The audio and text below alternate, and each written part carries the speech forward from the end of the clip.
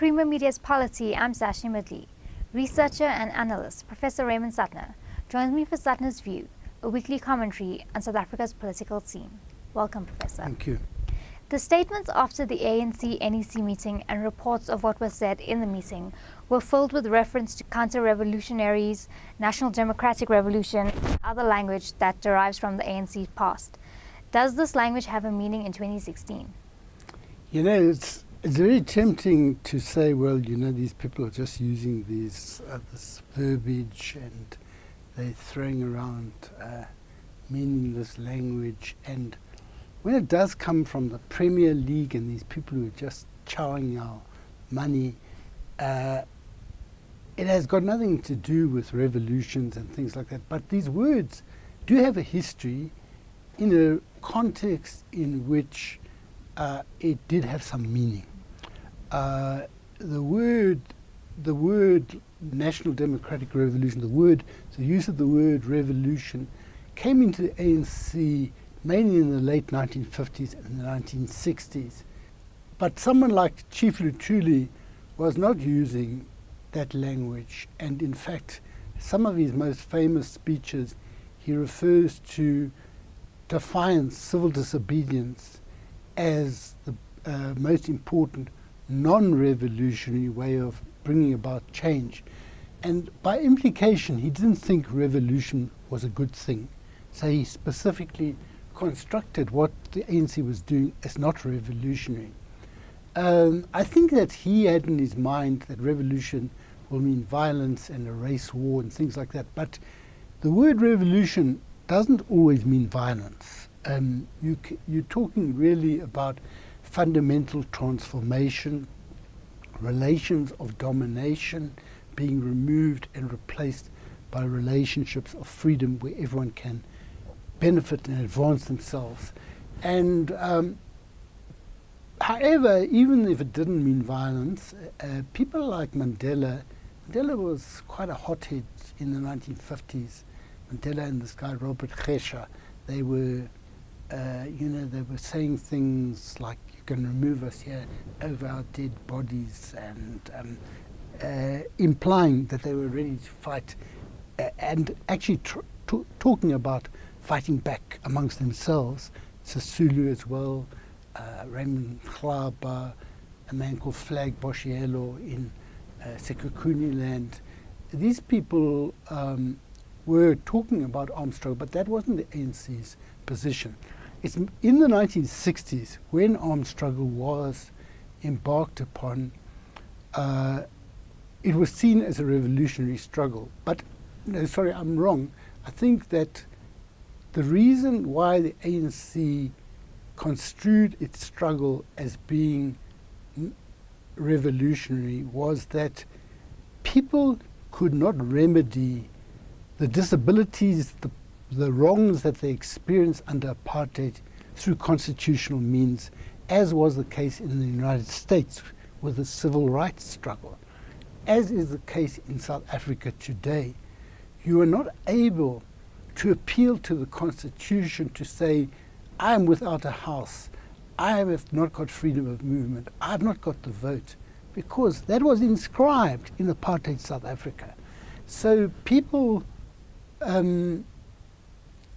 in the case of Africans in particular, they were denationalized. Their citizenship was removed of South Africa, and they were ascribed a citizenship of one or other Bantustan. So the whole notion of civil rights, we used to argue in the struggle that ours is not just a civil rights struggle, it's a struggle for national liberation.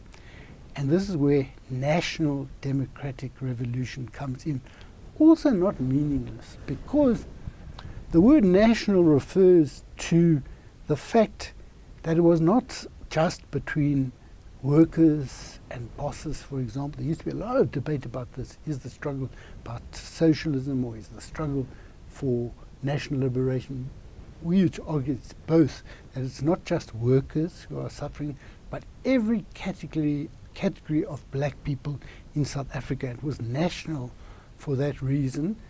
All black people Africans, coloured and Indians had a lot of disabilities that affected where they lived, what work they could get, all sorts of things. And that connected with class struggle in the sense that in going into a job, the bosses had an advantage because the workers, especially past-bearing Africans, were vulnerable. They could easily just be kicked out of the place, so they really would take a job at a lower wage than they would have had they been less vulnerable. So the concepts that are used are not without meaning. Just by the way, the notion of revolution doesn't always happen in one big bang. It can be a process over time. It can be a single moment like the Russian Revolution, but it can also be an evolutionary situation where the same fundamental change that you seek through insurrection is achieved over time. So I don't think these words are without meaning, but they are now invoked to refer to heroic past by people who don't live according to that heroic past. So they're used really as a battering ram against the people who are not looting. And the word counter-revolution, is it, does it have a meaning, or is it simply a swear word? Yeah, for some people it is a swear word. You see, I think they just refer to these people as counter-revolutionaries, and they don't actually have a meaning. You know, the way I see the word counter-revolution is if you achieve a fundamental change, you've established a democratic republic or a socialist republic or whatever it happens to be, and some people try to overthrow it or undermine it. That would be counter-revolution. When the Russian Revolution occurred in 1917, there were what were called the White Armies, the White Russians, fought against it, but then 15 Western nations invaded. Churchill said, we must strangle the Bolshevik baby in its crib.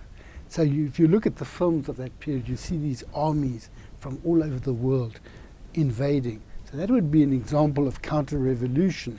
But in Chile in 1970, Salvador Allende was a socialist, and he was elected through the ballot box as president. And one of the problems in any attempt at fundamental change is that you sometimes inherit, you're not strong enough to get rid of all the military and what have you of the previous regime. Sort of things that South Africa had to weigh up, the ANC had to weigh up. Do we move against these people? Have we got the strength to do it? Or is it better to reassure them so that they don't try to overthrow us? And you may recall that Nelson Mandela removed General Mayring because there was some sort of plotting going on. But in Chile, what happened is that General Pinochet, I think he was head of the army, overthrew Allende, and he instituted one of the worst dictatorships in history. There was this football field where they massacred these people, and there were disappearances. People would just disappear. So counter-revolution does have a real meaning, and it also applies, I would say, to other situations. For example, if you are a movement for liberation, and in the case of South Africa, the government wants you to get involved in Bantustans. Obviously, the ANC said we are one people, one country, and if someone then goes and gets involved in Bantustans, that would be one of the situations where people would apply the word counter-revolution. So it's not without meaning, but again, it's one of those situations where it's being abused now. I mean, the language that was used after the press conference, white monopoly capital, counter-revolution, the National Democratic Revolution is on course, except for this and that. I mean, really, is people they are not convincing. It doesn't have any coherence. But the concepts do have meaning. They've got a long history and a controversial history, but I think that they're not really applicable in the current situation. Thank you, Professor. Thank you. That was Professor Raymond Suttner speaking to Creamer Media's Polity about whether the ANC's language of revolution is appropriate.